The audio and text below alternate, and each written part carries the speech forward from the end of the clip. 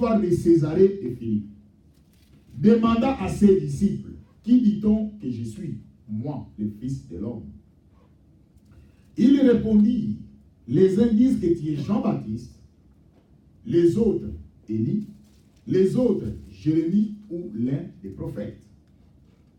Et vous, leur dit-il, qui dites-vous que je suis? Simon-Pierre répondit, tu es le Christ, le Fils du Dieu vivant. Jésus, reprenant la parole, lui dit, tu es heureux, Simon, fils de Jonas, car ce ne sont pas la chair et le sang qui t'ont révélé cela, mais c'est mon Père qui est dans les cieux qui te l'a révélé.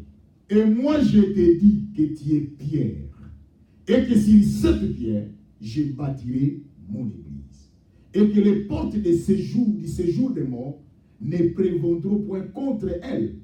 Je te donnerai les clés du royaume des cieux. Ce que tu lieras sur la terre sera lié dans les cieux. Et ce que tu délieras sur la terre sera délié dans les cieux. Bien-aimés, vous voyez le texte que nous lisons. Nous sommes une église. Je vous ai dit que je suis en train de faire l'effort de vous enseigner pour que vous grandissiez dans la foi chrétienne. Dans le verset 19, aujourd'hui je ne parle pas du verset 19, mais je suis en train d'ouvrir une parenthèse parce que ça m'est arrivé en tête. Il dit, je te donnerai les clés du royaume des cieux. Ce que tu lieras sur la terre sera lié dans les cieux. Ce que tu délieras sur la terre sera délié dans les cieux. C'est ce que la Bible vous dit. Si vous regardez dans le verset 19, Dieu nous donne l'autorité dans nos paroles. Si tu as Dieu en toi, tout ce que tu vas dire, ça va exécuter, ça va s'accomplir. Et les gens ne comprennent pas les secrets de Dieu. Un jour, je vais vous dire une parenthèse. Il y a notre frère, il n'est plus ici, il est en France, je crois. À l'époque, là, c'est un frère vraiment que j'aime beaucoup, c'est un frère fervent dans l'œuvre de Dieu. Elle servait Dieu convenablement. Il fit un moment, il avait besoin que le Seigneur lui donne les dons. Vous savez, dans l'église, il faut qu'il y ait des dons spirituels. Il faut qu'il y ait de parler en langue, de parler des paroles de connaissance, des visions, des prophéties. C'est ça une église. Alors, le frère est venu dans l'œuvre de Dieu, mais il n'a jamais eu les dons spirituels. Il voyait les gens qui venaient après lui. Le Seigneur les accordait, il donnait les dons. Mais lui, il n'avait pas les dons. Alors le frère s'est révolté en lui-même. Oubliant que ce sont les choses de Dieu. Oubliant que c'est Dieu qui conduit son église. Et le frère s'est rétrogradé. C'est-à-dire, il est allé retourner dans le monde, comme l'expression que nous utilisons. Alors, comme le frère va retourner dans le monde, un jour, on avait veillé. On nous a appelé, on devait aller faire une veillée quelque part. C'était une veillée de délivrance. Et pendant qu'on allait pour aller faire la veillée, on devait se rencontrer dans l'air parcelle parce que c'était aussi dans la même place que l'église, notre église était dans l'air parcelle. Alors, nous, on voulait avoir plus de concentration pour aller faire la délivrance. Vous savez, quand vous devez aller faire la délivrance, il faut faire attention, il faut se préparer spirituellement. Alors, qu'est-ce qui va se passer? Les frères avaient mis sa musique dans la fenêtre à côté. Donc, c'était à notre côté. Nous étions juste à côté de sa radio, de son radio plutôt. Mais qu'est-ce qui va se passer?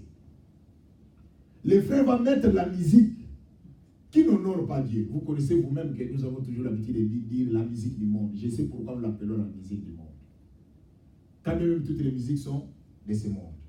Mais quand on parle de l'Israël, c'est ceux qui chantent le monde, qui ne chantent pas Dieu. C'est par rapport à la parole de Dieu, comme je vous ai dit dans 1 Jean chapitre 2, verset 14 à 17. Si vous lisez ça, vous allez voir. Il dit, n'aimez point le monde, ni les choses qui sont dans le monde. Et quand il parle du monde, ce n'est pas le monde comme vous parlez là. Et je vous ai parlé du monde que je parle du monde du cosmos. Le monde où je vous ai parlé, si vous regardez le monde, je vous ai parlé que quand la Bible parle, n'aimez pas le monde. Vous pouvez mettre ça, vous allez voir le monde que nous prenons. Vous prenez le E, vous prenez le M, vous prenez le O, vous prenez le N, ça vous donne des mondes. Donc pour vous dire que dans la vie, il y a des fois les choses que nous faisons, nous devons se rendre compte. Quand la Bible dit, vous lisez ça dans 1 Jean chapitre 2, verset 14 à 17, il dit, n'aimez point le monde, ni les choses qui sont dans le monde. Il ne parle pas de ce monde, parce que nous tous sommes dans ce monde. Et tout ce que nous avons, ce sont les choses de ce monde. Mais il parle des mondes qu'il parle des démons. Voilà pourquoi dans Jean chapitre 17, il parle aussi 15 à 17, il dit, quand le Seigneur fait un rapport, il donne un rapport à son Père. Il dit, Père, je ne te prie pas de les ôter du monde, mais de les préserver du monde. Parce qu'ils sont dans le monde, mais ils ne sont pas dans ce monde. Donc l'Église était très clair en disant que, Père, je veux que ceux qui sont en toi, préserve-les. Mais nous devons te préserver du monde. Le monde est très méchant, les démons. Il envoie ses astuces pour nous détruire, pour que nous soyons vraiment démolis, pour que nous ne parvenions pas à sauver plusieurs personnes. Voilà pourquoi je parle de ce monde. Alors les frères, il va mettre la musique qu'on appelle la musique profane. Moi, je ne lui ai pas interdit parce que ce sont des yeux. Et je vous ai parlé aussi de Philémon 14 qui dit que les bienfaits de quelqu'un ne soient pas forcés. Nous, notre mission en tant que pasteur, nous avons notre part de responsabilité. Nous disons. Et le reste, c'est à vous. Le mal est que si nous n'avons pas dit quelque chose, j'ai dit à vos frères, frère, please, nous ne t'interdisons pas d'interdire d'écouter tes musiques, mais please, essaye un peu de diminuer seulement la voix, si cela est possible. On lui a demandé ça gentiment. Comme le frère, vous savez, il était notre frère, on priait ensemble, on adorait Dieu ensemble. Le frère, comme il avait déjà la colère de Dieu, il a dit non, je vais encore augmenter la voix. Je lui ai dit, parce que c'était un jour qu'on devait aller, les frères que je vous parle, les vivants. Je lui ai dit, fais monter le volume, 3 minutes c'est beaucoup, tu vas perdre ton radio. Je lui ai dit ça comme ça. Il est vivant, les choses que je vous parle. Et le frère dit, je vais t'éprouver. Il a aussi augmenté le volume. Et maintenant, c'était terrible. Parce que nous, on devait aller faire la délivrance. On avait besoin de la concentration. 3 minutes était beaucoup. Les radios, personne n'a touché son radio. C'était dans la fenêtre. Le radio est tombé. Le frère a pris son radio. Il va faire retourner. Le radio est parti. Le frère est vivant. C'est qu'il vous parle. Bien-aimés, nous connaissons les dieux que nous servons. Voilà pourquoi je suis en train de vous aider, peuple de Dieu. Il dit dans le verset 19, je te donnerai les clés du royaume. Ce que dit, nous avons ce que nous parlons. C'est pour cela que nous, les enfants de Dieu, nous devons faire attention. Il y a des choses que nous parlons. Parce que si tu parles de quelque chose, il y a une alliance avec Dieu. Ce que tu parles, ça va se réaliser. Parce que tu as une alliance avec Dieu. Ne parlez pas parce que les hommes parlent. Mais il faut savoir ton alliance avec Dieu. C'est pour cela que j'ai l'habitude de vous dire, peuple de Dieu, il faut être à l'aise dans votre cœur. Il faut être serein. Il faut être posé. Il faut avoir confiance à celui que vous avez créé. Ça, c'était juste une parenthèse. Aujourd'hui, nous allons parler qui est vraiment Jésus. Nous sommes en train de continuer dans Matthieu 16, 13 à 19. Et je vous ai déjà parlé de plusieurs points. Nous avons déjà parlé du verset 13, verset 14, verset 15, verset 16 et puis verset 17. Et je vous ai parlé de ça. Pour ceux qui n'étaient pas avec nous, je vais faire une petite récapitulation et puis j'entre directement dans le verset 18. Regardez, j'ai parlé dans le verset 17. Jésus reprenant la parole lui dit, tu es heureux, Simon fils de Jonas, car ce ne sont pas la chair et le sang qui t'ont révélé cela, mais c'est mon Père qui est dans les cieux qui te l'a révélé. C'est-à-dire que, bien aimé, lorsque Jésus va poser la question à ses disciples, il dit, qui dit-on que je suis? Est-ce que c'est mauvais d'évaluer ceux qui sont autour de toi? Non. C'est la même chose même dans l'église. Il y a toujours l'évaluation. Ce que nous appelons dans le monde l'interrogation ou l'examen. Pourquoi on organise l'examen? C'est pour voir ce qu'on vous a donné. Vous avez quand même retenu ça. C'est ça pour l'examen ou l'interrogation. Et la Bible nous dit, le Seigneur va poser la question à ses disciples. Il dit, qui dit-on que je suis? Moi, le Fils de l'homme. Il dit, les autres disent, les uns disent. Mais le Seigneur dit non, ma question n'est pas pour les autres, pour les uns. Mais ma question est sur vous. Et je vous ai parlé de ces comportements. Aujourd'hui, les gens, les enfants de Dieu ont un comportement. Au lieu de dire, Seigneur, façonne-moi, Seigneur, brise-moi, je suis pécheur, je suis fautif. Au lieu de reconnaître ses erreurs, il fait des références. Alors, tu me parles que moi je fais ça. Et tu ne regardes pas, X aussi fait ça aussi. Non, on n'a pas posé la question à l'autre, mais on t'a posé la question. Lorsque Pierre va prendre la parole, il dit que tu es le Christ, le Fils du Dieu vivant. Je vous ai dit que lorsqu'il parle de Christ, en grec qui veut dire Christos, qui veut dire celui qui va mourir et celui qui va ressusciter. Et je vous ai parlé qu'en Christ, nous avons deux natures. La nature humaine et la nature divine. Ne peut mourir celui qui est humain. Ne peut être ressuscité celui qui est Dieu. Voilà pourquoi vous allez entendre tous les gens qui ont précédé Jésus, personne n'a été ressuscité. Même ceux qui sont après Jésus. Il y a un moment, il y a des gens qui se sont autoproclamés en disant que nous sommes de Dieu. Et quand ils sont morts, ils sont restés dans les tombeaux. Mais Jésus que nous vous prêchons, il n'est plus au tombeau. La Bible nous dit, il est à la droite de Dieu le Père. Et il intercède pour nous. Voilà pourquoi, bien aimé, quand Pierre va répondre à les gens que tu es le Christ, le Fils du Dieu vivant, Jésus va prendre la parole. Je vous ai parlé le dimanche. Il dit que tu es heureux. Et je vous ai parlé que le peuple de Dieu n'est pas heureux celui qui a l'argent. N'est pas heureux celui qui a les biens matériels. Mais ici, il parle de l'heureux en reconnaissant le Seigneur dans ta vie. Parce que lorsque tu as le Seigneur dans ta vie, tu as la paix. Mais vous ne connaissez pas l'importance de Jésus que vous avez. Peut-être que vous êtes ignorant, mais je ne crois pas. Parce que le Dieu qui est en vous, regardez, pendant que les autres sont agités, pendant que les autres n'ont pas la maîtrise de soi, mais toi, le Seigneur t'a accordé la maîtrise de soi. Vous savez que l'âge ne procure pas la sagesse. Mais regardez dans la Bible, Ilou était parmi les 3 amis qui sont venus rendre visite à Job. Mais ces garçons, il était petit, jeune, mais Dieu lui avait donné la sagesse. Il avait la maîtrise de soi. Laisse-moi vous dire, peuple de Dieu, demandez à Dieu de vous donner aussi la maîtrise de soi. Lorsque vous avez la maîtrise de soi, vous avez la facilité de gérer les choses. Je me rappelle encore une fois, j'avais un problème avec quelqu'un qui m'avait vendu une voiture, ici aux États-Unis. Il m'a vendu une voiture qui n'était pas bonne.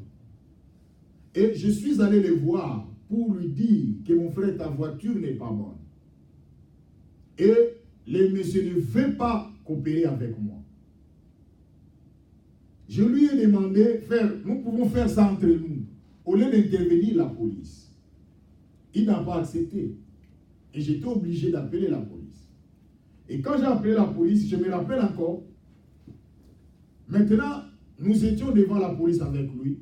Le monsieur n'avait pas la maîtrise de soi. Et moi, je parlais calmement.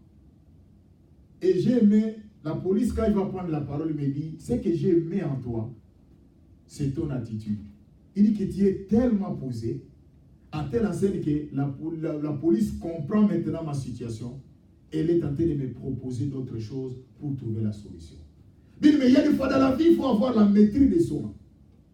Ne pensez pas que tout ce que nous avons ici, tout ce que nous voyons, c'est la fin du monde. Vous savez, il y a beaucoup de gens, quand ils voient peut-être les amis, ils n'ont pas l'argent, ils disent, hey, c'est fini, si je ne prends pas ses amis, je ne suis pas moi. Non, il faut avoir la maîtrise de soi. Il y a d'autres choses, dis seulement merci au Seigneur. Si je n'ai pas eu cette histoire, ce n'est pas pour moi aujourd'hui. Mais un jour, le Seigneur va pouvoir, ou il va pouvoir une autre chose pour moi. Mais qu'est-ce qui va se passer? Il dit que Simon, tu es heureux. Il parle de l'heureux que Simon avait. C'est la connaissance de Dieu dans sa vie. Bien aimé, nous avons la connaissance de Dieu dans notre vie. Nous sommes des heureux. Parce que nous avons connu Jésus dans notre vie. Vous savez, il y a combien de personnes qui cherchent à connaître le Seigneur dans leur vie? Un jour, nous sommes allés prier pour un papa. On lui a prêché la parole de Dieu quand il était encore fort, en bonne santé, et ne voulait pas recevoir Jésus. Il a dit que qu'est-ce que je vais faire avec Jésus? Moi, j'ai tout ici. Je ne manque de rien. C'est ça la réponse qu'il nous a donnée. Mais le jour où il va tomber malade, et il va se retrouver dans l'hôpital. Et dans quelle situation? Dans la coma. Et je vous dis qu'il n'arrive même pas à bien parler. Et on va essayer de lui faire recevoir Jésus. Il dit, il ne peut même pas parler. C'est fini. Il est parti, il est mort. Bien aimé, quand vous êtes encore fort, cherchez Dieu. Voilà pourquoi la Bible dit, cherchez l'Éternel pendant qu'il se trouve. Et invoque-le tandis qu'il est prêt. Que les méchants abandonnent leur voie et l'homme d'iniquité ses pensées, qu'il retourne à l'Éternel, qui aura pitié de vous. Et regardez, la Bible nous dit, il a dit à Pierre que tu es heureux. Pierre était heureux non parce qu'il était un pécheur, mais il était heureux parce qu'il a parlé de la révélation, de la mort et de la résurrection de Jésus. Et après il ajoute, il dit, ce ne sont pas la chair et le sang qui t'ont révélé cela. Je vous ai parlé le dimanche passé, que bien aimé, ne suivez pas la chair et le sang. Je vous ai donné les versets, nous pouvons lire ensemble pour ceux qui n'étaient pas avec nous. Regardez dans Romains chapitre 7, verset 5. Romains chapitre 7, verset 5. Regardez ce que la Bible nous dit. Bien-aimés dans le Seigneur, la Bible nous dit dans Romains chapitre 7, verset 5. Car lorsque nous étions encore dans la chair, les passions des péchés, c'est-à-dire les désirs des péchés, provoqués par la loi, agissaient dans nos membres, de sorte que nous portions de fruits pour la mort. Regardez, ça c'est la chair. Bien aimé, la chair et le sang. Parce que Christ a dit, ce n'est pas l'eau et le sang qui t'ont révélé cela. Il dit, c'est mon Père qui est dans les cieux. Donc le Seigneur voulait faire la précision en disant que ce que tu es en train de parler là, ce n'est pas le problème de la chair et du sang. Or, quand on parle de la chair et le sang, c'est l'expression sémétique qui veut dire l'humain. C'est l'expression humaine qui veut dire ce n'est pas ce que tu viens de faire sortir, ça ne vient pas de toi, ça vient de Dieu. Mais les choses de Dieu, ce n'est pas toi. C'est pour cela, Jean-Baptiste avait dit qu'il croisse, moi je diminue. Et moi je peux dire qu'il apparaisse et que moi je disparais. Bien, mais c'est ce qui est plus important. Et il dit, ce n'est pas la chair et le sang qui t'ont révélé cela.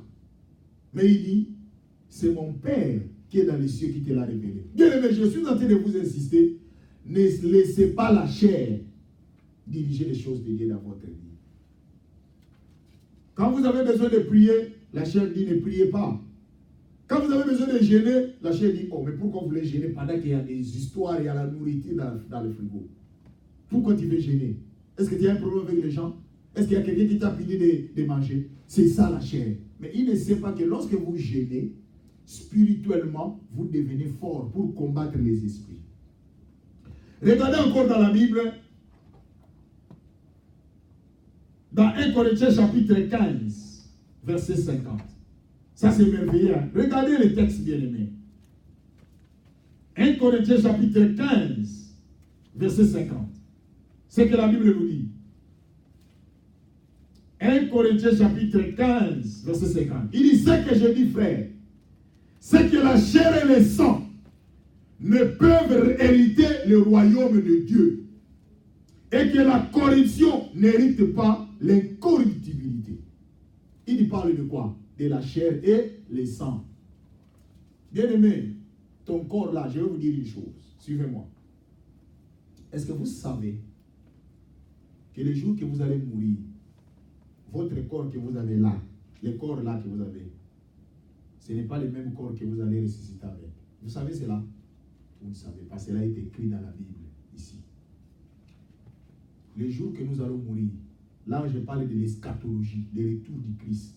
Ceux qui ont Jésus, quand je dis avoir Jésus, ce n'est pas dans la lèvre, dans les lèvres, ce n'est pas dans la formalité. Ceux qui ont donné leur vie à Jésus pour que Jésus les dirige. La Bible dit quand nous allons mourir, par exemple, nous allons mourir un jour.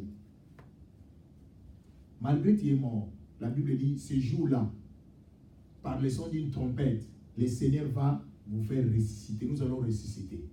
Quand nous allons ressusciter, nous allons prendre un autre corps qu'on appelle le corps de gloire. Ce corps-là, tu n'as pas besoin d'une fenêtre pour entrer. Et la Bible dit, nous allons être ensemble avec les vivants que nous allons trouver à cette époque-là. Et nous tous, nous serons enlevés dans les airs à la rencontre du Seigneur dans les airs. Maintenant, je vous pose la question. Vous qui n'aimez pas prier, vous voulez qu'un jour être ressuscité avec un autre corps, prenant la gloire, ou vous voulez rester avec les corps que vous avez? Parce que le jour que vous allez mourir, si vous ne connaissez pas le Seigneur, quand le Seigneur va venir, vous n'allez pas ressusciter. Direct en enfer. Vers. C'est pour cela que le diable nous ment. Il dit, n'allez pas à l'église, n'allez pas prier. Lui, il veut, parce que lui, il a raté le royaume. C'est comme quelqu'un qui a la maladie du sida. Il sait qu'il va mourir. Qu'est-ce qu'il va faire? Il va commencer à propager les autres. Il dit, vous aussi, vous allez mourir comme moi. Vous aussi, vous aurez cette maladie. Parce que moi, quelqu'un qui m'a donné, il n'a pas eu pitié de moi. Vous aussi, je n'aurai pas pitié de vous. C'est ça, le diable. Il a raté le royaume. Il veut que toi aussi, tu rates le royaume. Voilà pourquoi, quand tu veux venir à l'église, il met les occupations inutiles. Tu as commencé, prends ceci. Qu'est-ce que tu fais? Tu ne comprends pas ce que tu fais. C'est le diable. Il ne veut pas que tu viennes à l'église pour avoir la vie éternelle. Chaque fois que nous venons à l'église, c'est pour réconforter notre vie chrétienne. Fortifier notre vie. Et il dit, ce n'est pas la chair. Il dit, ce que j'ai dit, frère, c'est que la chair et le sang ne peuvent pas hériter le royaume. Et pour vous dire que pour hériter le royaume, ce n'est pas avec ses corps. Non, pas ses corps. Ce corps va rester. Dieu va nous donner notre corps de gloire. Mais pour avoir ce corps de gloire, il faut avoir Jésus. Et quand? Maintenant. Maintenant, il faut que tu aies ce Jésus-là. Et maintenant, toi, tu négliges le Jésus dans ta vie. Et comment vous négligez Jésus? Les noms des gens dans votre lèvre, des critiques, des choses inutiles, des choses qui n'honorent pas Dieu. Vous prenez votre temps. Bien aimé, moi je sais qu'un jour je vais mourir. Nous, dans notre travail, on faisait... il y avait une formation qu'on nous donnait. Et on a mis une vidéo dans...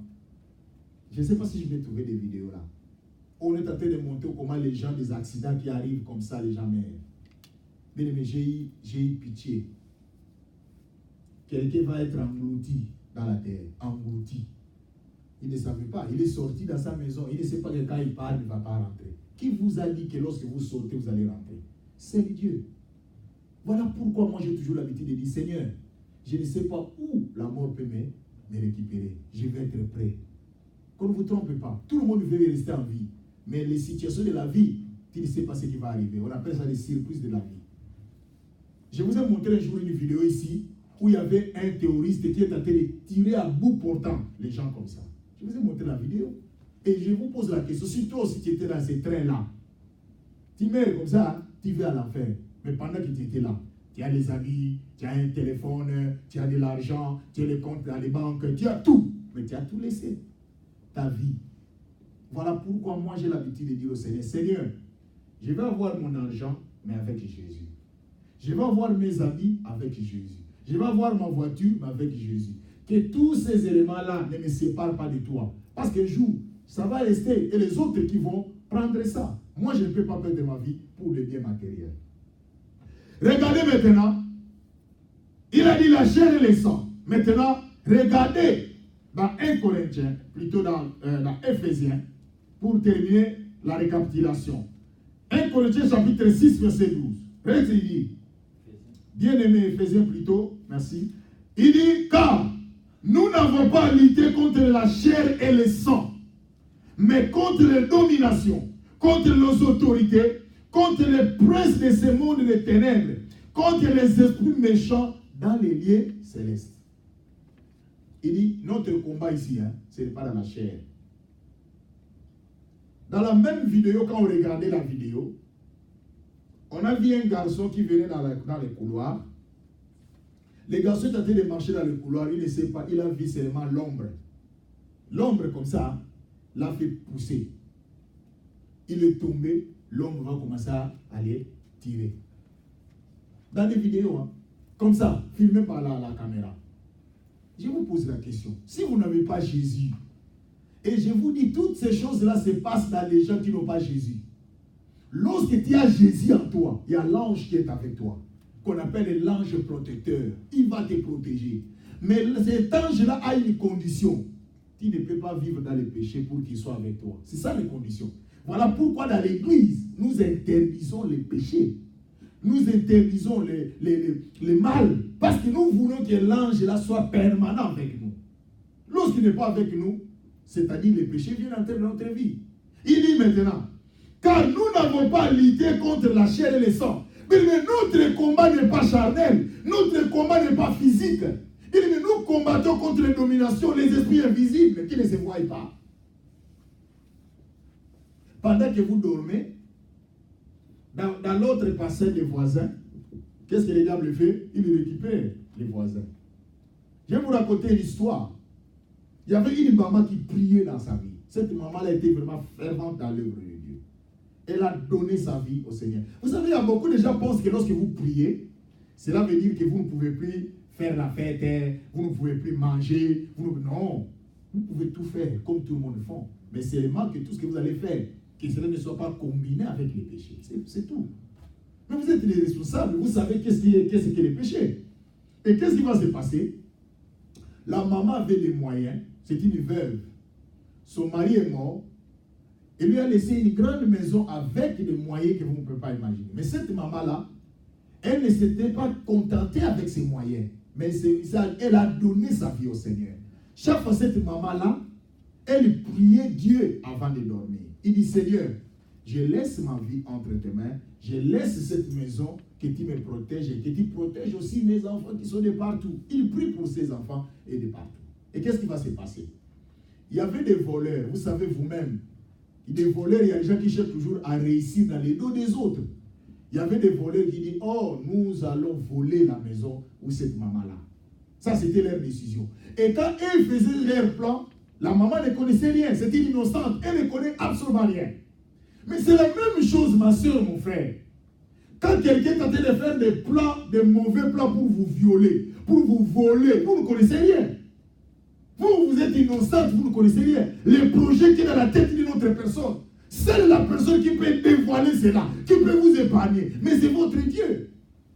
Et qu'est-ce qui va se passer? Les voleurs se sont arrangés. Ils disent, ok, nous allons partir dans la maison de cette maman pour voir comment la disposition de sa maison est. Et nous allons rentrer la nuit. Et c'est alors nous allons opérer. La journée sont venus. Ils ont pris des photos. Ils ont pris tout. Ils ont fait des calculs. Comment ils vont venir la nuit pour voler. Bien aimé, il connaît que non. La maison de cette maman est ici. Et à gauche, il y a une autre maison qui est avec une peinture rouge. Donc, ils ont bien fait les références. La nuit, quand ils vont venir, la maison est disparue. Là, c'est le Dieu que nous servons. Il est capable de tout. C'est lui qui nous a créés. Il est capable de tout. Il a fait disparaître la maison. Tous les voleurs sont venus. Ils cherchent la maison. Ils ont vu la maison rouge. La référence, ils ont vu la maison là. Mais la maison qui devait entrer pour voler, la maison est disparue. Il dit non. Maintenant, entre eux, ils commencent à se chamailler. Pourquoi? Il dit mais non, nous on vous a envoyé l'équipe que vous devez aller faire des estimations. Mais voilà maintenant où est la maison. Oh non, nous étions ici. Voilà. Il dit ok. Ne faisez pas beaucoup de problèmes, ne faites pas plus de pression. Demain nous allons retourner. Maintenant, une autre équipe va aller prendre des références. Bien aimé, une autre équipe va aller prendre des références pour voir la maison. Ils ont vu la maison. Ils ont pris d'autres références. Il y a d'autres même, ils ont mis les signes pour dire que quand nous allons arriver, c'est cette maison. La nuit encore, la maman fait quoi? Elle prie. Tout ça qui se passe là, la pauvre maman ne connaît absolument rien. Les voleurs sont venus. La maison est disparue. Bien-aimé, cela s'est répété 4 fois. Cela s'est produit 4 fois, la maison disparaît. Alors, les voleurs disent non. Je crois que cette maman a un autre niveau de fétiche.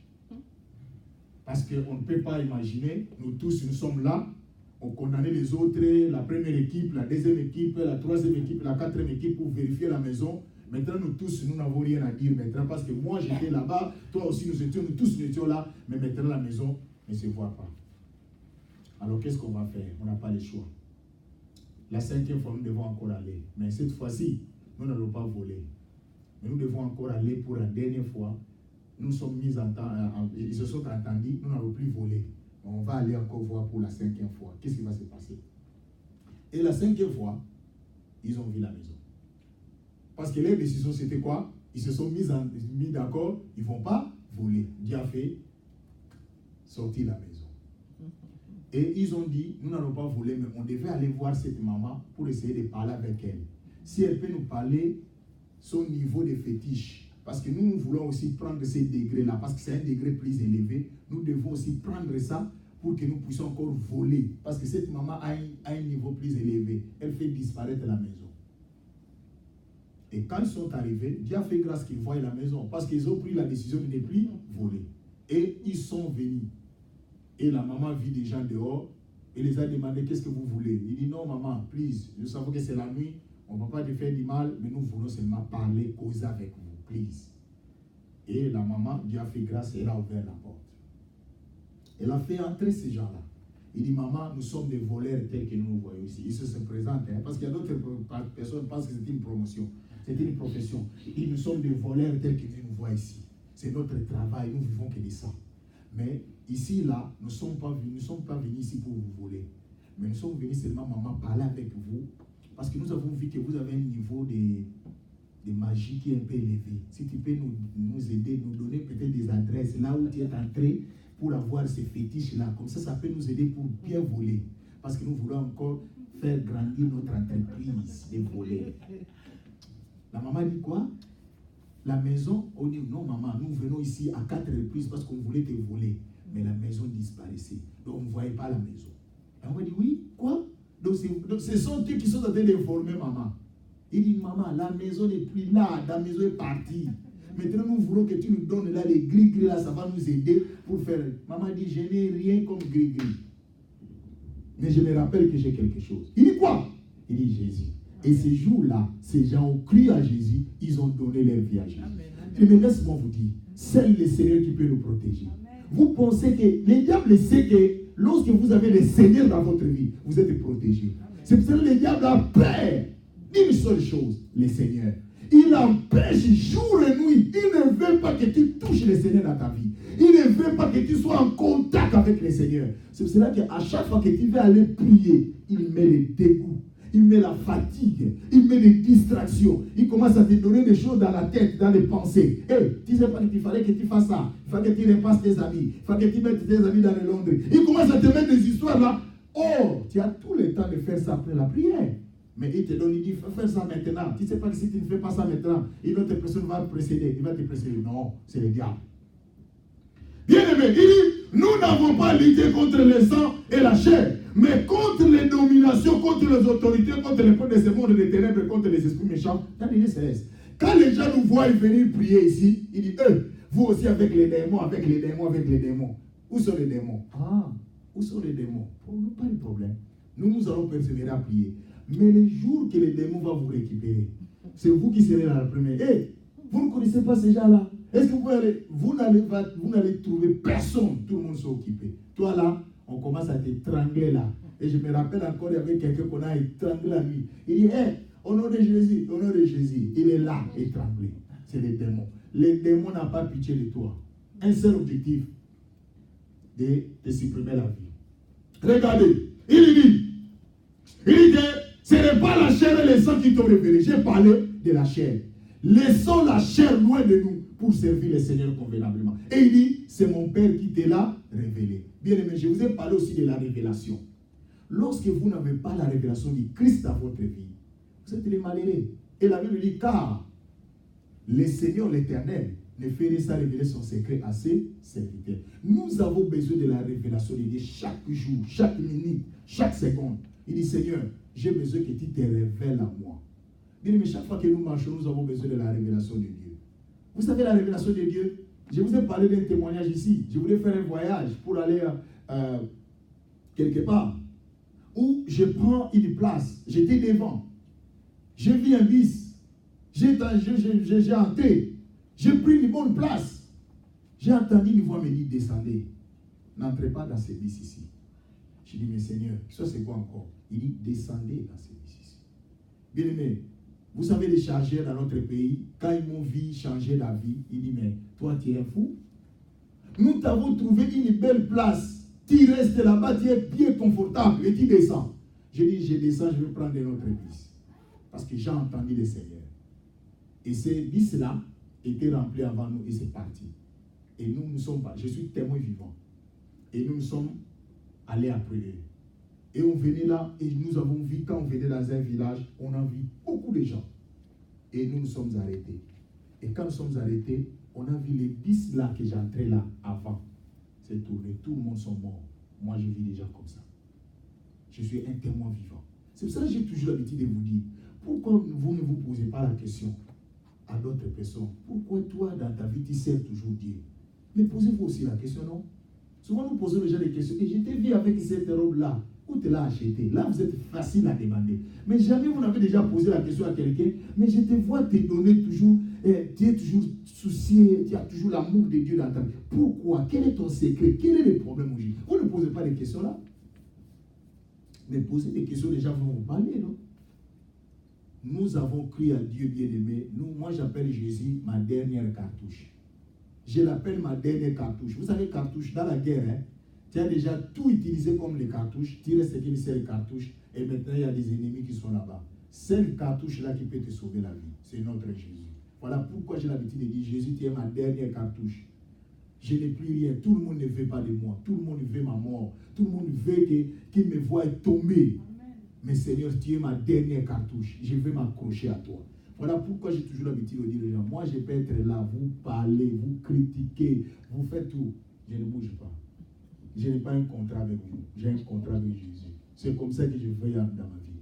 Donc tu n'es rien pour moi. Parce que quand tu vas dans ton travail, tu ne fais pas l'argent pour moi. Tu fais l'argent pour toi. Mais moi je sais qu'il y a quelqu'un qui est mort pour moi. Voilà pourquoi je sais comment canaliser les choses. Donc Jésus est mort non pour lui. Est-ce que ça c'est la différence, non? Il n'est pas mort pour lui-même. Il est mort pour toi. Mais quand nous tous nous allons dans notre travail, pour aller travailler, est-ce que tu travailles pour les autres? Non. Tu travailles pour toi. Est-ce que tu as déjà vu quelqu'un qui dit que je suis en train de faire l'effort pour faire gagner papa si tu as la vie? Je suis en train de faire l'effort pour faire gagner maman pasteur la vie. Vous avez déjà entendu ça? Jamais. Tout le monde cherche pour faire gagner sa vie. Mais il y a quelqu'un qui a fait que pour que ta vie soit gagnée, c'est Jésus. Voilà la différence de notre Dieu. Voilà pourquoi on peut faire tout. Je ne suis pas là. Ça, ce n'est que les distractions. Je me rappelle encore, il y a un pasteur qui priait. Il a prié toute la nuit. Maintenant, quand il dormait, vous savez, les démons qui viennent là, pendant que vous priez, viennent vous taquer là. Et lui, il dormait là. Il dormait. Quand il s'est réveillé, regarde les démons, il dit, ah, ça, c'est des petits jouets. Pourquoi? Parce qu'il sait qu'il a confiance en celui qui l'a créé. Mais ça, c'est merveilleux avec notre Dieu. Mais toi, là, quand tu vois un démon, tout le monde va être réveillé. Hey, hey, hey, je vis, démon. Pourquoi? Parce que votre foi est trop petite. Mais lorsque votre foi est grande, vous allez minimiser d'autres choses. Voilà pourquoi vous allez voir d'autres personnes. Quand le problème est là, il fait ça tout un problème. Mais il y a d'autres personnes, quand un problème est là, il sait comment gérer les problèmes. Dans la vie, il faut être mature, il faut savoir comment gérer les problèmes pour donner la solution. Voilà pourquoi il dit, la chair et le sang, ce n'est pas ça qui t'a révélé, c'est mon Père qui te l'a révélé. Il dit, mais nous avons besoin de la révélation divine. Maintenant, il dit que tu es Pierre, dans le verset 18. Regardez.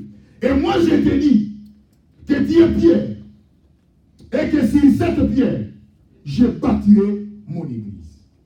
Il dit, si vous regardez dans le texte, vous allez dire, il dit, et moi je te dis que tu es Pierre. Si vous regardez dans votre texte, regardez dans la Bible. Est-ce que vous avez vos Bibles? Regardez le nom de Pierre, c'est dans l'épée majuscule. Vous avez vu ça? Est-ce que vous avez vu ça? L'épée de Pierre, c'est majuscule. Mais maintenant, vous allez regarder, il parle de notre Pierre, qui est l'épée minuscule. Il dit que tu es Pierre, et que sur cette pierre, je bâtirai mon église. Ah, ça c'est merveilleux. Là, je vais vous expliquer ça pourquoi. La Bible, il n'y a pas d'hasard. Il parle. Il dit que tu es Pierre. Or, Pierre, je vous ai dit en grec, qui veut dire Petros. Et en araméen, qui veut dire Céphas.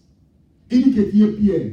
Et sur cette pierre, je bâtirai mon église. Or, mon pierre, qui veut dire qui est semblable à la pierre. Bien-aimé, ce qui est merveilleux, c'est quoi? Regardons.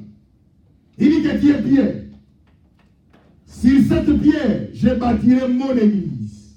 Bien-aimé, il dit, moi je te déclare, dans la version du Semeur, tu es pierre. Et que sur cette pierre, c'est-à-dire roc, je bâtirai mon église. Regardez le peuple de Dieu. Oh, je vous ai parlé que le mot Pierre, parce que si vous regardez, vous allez voir que le mot Pierre, son nom était Simon, qui est la forme contractée de Siméon. C'est-à-dire ce nom-là est sorti de Siméon. Et vous allez voir que, il dit que, fils surnommé Pierre par les sauveurs, qui parlait en araméen, appelant en fait ses faces.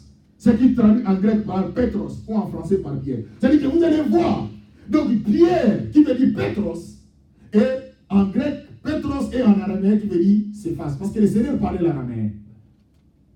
Qui veut dire ce qui est semblable à la pierre. Donc Pierre veut dire la ressemblance. Regardez maintenant. La ressemblance de quoi? De qui? Regardez. Nous allons voir 1 Corinthiens, chapitre 10, verset 4. Regardez dans la Bible. 1 Corinthiens, chapitre 10, verset 4. Regardez la ressemblance de cette pierre. Et qu'ils ont mis tous le même breuvage spirituel. Car ils vivaient à un rocher spirituel qui les suivait. Et ce rocher était Christ. Vous avez vu Christ dans l'Ancien Testament. Il dit que les enfants d'Israël, quand ils sautaient, il avait besoin d'eau, il avait soif d'eau, il devait boire de l'eau. Et la Bible dit qu'ils ont bu de l'eau dans un rocher qui était dans l'Ancien Testament. Et ces rochers-là, c'est qui? C'est Pierre qui est Christ.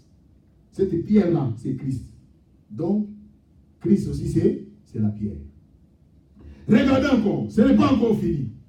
2 Samuel chapitre 22. 2 Samuel chapitre 22. Verset 2. Regardez.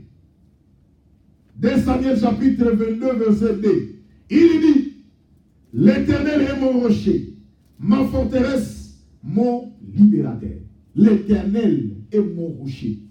Bien aimé, nous avons besoin de ce rocher qui est Jésus. Regardez encore. 1 Samuel, chapitre 2, verset 2. Je suis en train de vous montrer que Pierre qui veut dire semblable à la pierre. Et qui est cette semblance-là? Cette ressemblance-là. Il dit, nul n'est saint comme l'Éternel. Il n'y a point d'autre Dieu que toi. Il n'y a point de rocher comme notre Dieu. Il voit maintenant, il parle. Il n'y a point d'autre Dieu.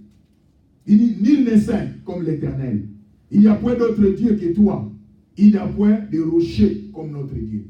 Il n'y a pas un autre rocher. Bien-aimé, et la Bible l'appelle Jésus-Christ est le rocher.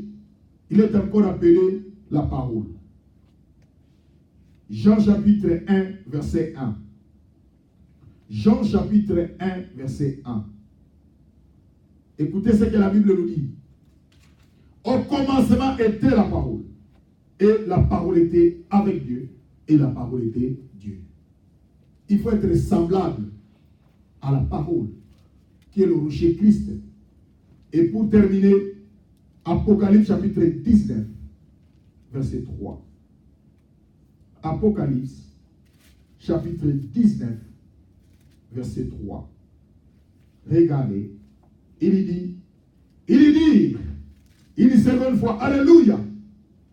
Et sa fumée monte au ciel des siècles. Il dit, Alléluia.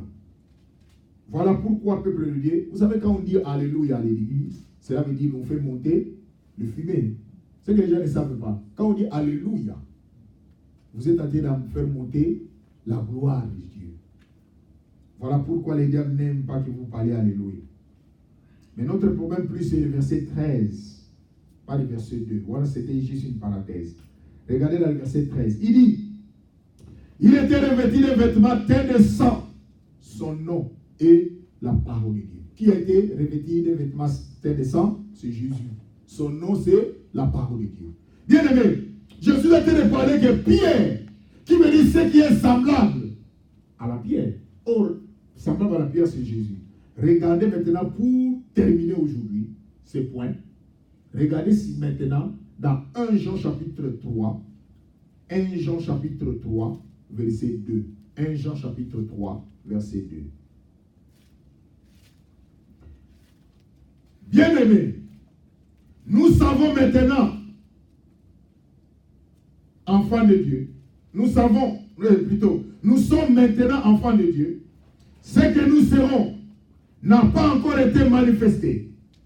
Mais nous savons que lorsque cela sera manifesté, nous serons semblables à lui. Parce que nous le verrons tel qu'il est. Nous serons semblables à qui? À Jésus. Parce que Pierre, ce nom-là, son nom n'était pas Pierre. Son nom était Simon. C'était Simon et c'était un nom venant du forme contractée de Siméon. Mais le Seigneur va lui surnommer le nom de Pierre. Pourquoi le Seigneur lui a donné? Parce que le Seigneur voulait que Pierre soit, qu'il lui ressemble à la pierre. Et je vous ai dit que la pierre là qui parle de la ressemblance, c'est Jésus.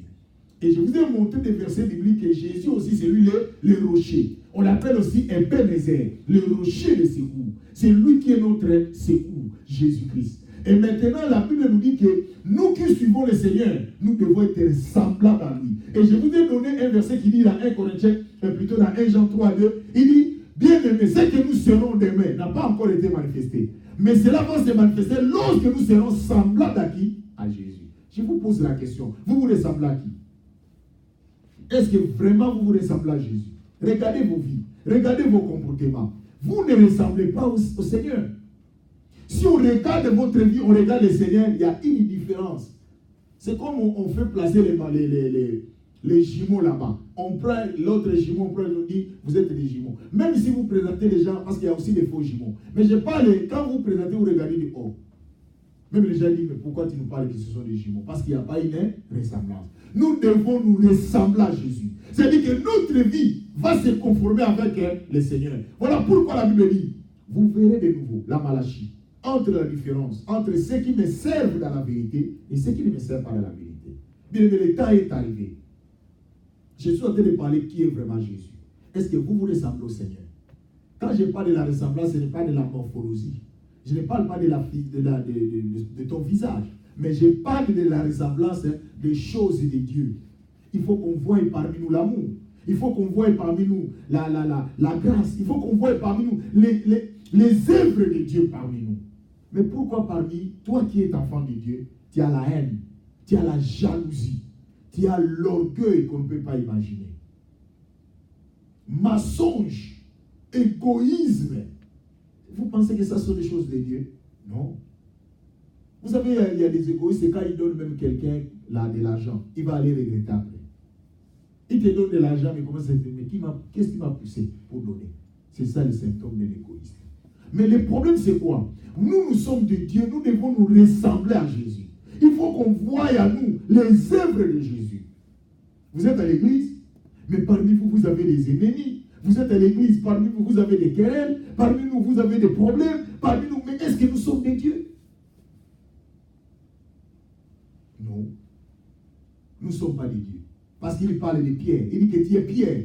Sur toi, Pierre, je bâtirai mon église. Il parle de Pétros. Il dit, tu es celui qui ressemble à moi. Christ a besoin que nous nous ressemblons à lui. Bien aimé, est-ce que ressemblons-nous à Jésus? Posez-vous la question. Vous venez à l'église, vous vous ressemblez à qui? Mais quand les gens te voient, vous savez, aujourd'hui, nous avons un problème. Pourquoi les gens ne veulent pas prier? Vous savez pourquoi? Toutes les mauvaises choses que les autres font, toi aussi, enfant de Dieu, tu les fais. Et maintenant, quelle est la différence? Les autres disent quoi? Mais qu'est-ce que je vais aller faire à l'église? Qu'est-ce que je vais aller faire à l'église? Et même, il y a des choses, ça c'est le système ici. Une femme qui n'est pas encore mariée, il est déjà avec la maison, il vit déjà ensemble avec l'homme. Et maintenant, quand nous prêchons de ces choses-là, vous allez dire quoi? Ah, cette église-là, est-ce que ce sont des saints? Moi, je parle de la parole de Dieu. Et maintenant, quand nous venons à l'église, et qu'est-ce que les pasteurs font? Ils prennent le voile, ils couvrent le visage de la femme. Mais comment vous vous couvrez? Couvrir veut dire que tu ne la connais pas. Mais quand vous terminez la manifestation, vous pensez que vous êtes en train de faire une nuit de noces. Non, ce n'est pas une nuit de noces, c'est une nuit de continuité. Vous continuez ce que vous avez déjà commencé. Mais vous devez être fidèle à Dieu. Et quand nous parlons de ces choses-là, vous dites, ah, ils sont trop durs. Non, c'est la parole de Dieu. C'est la parole de Dieu.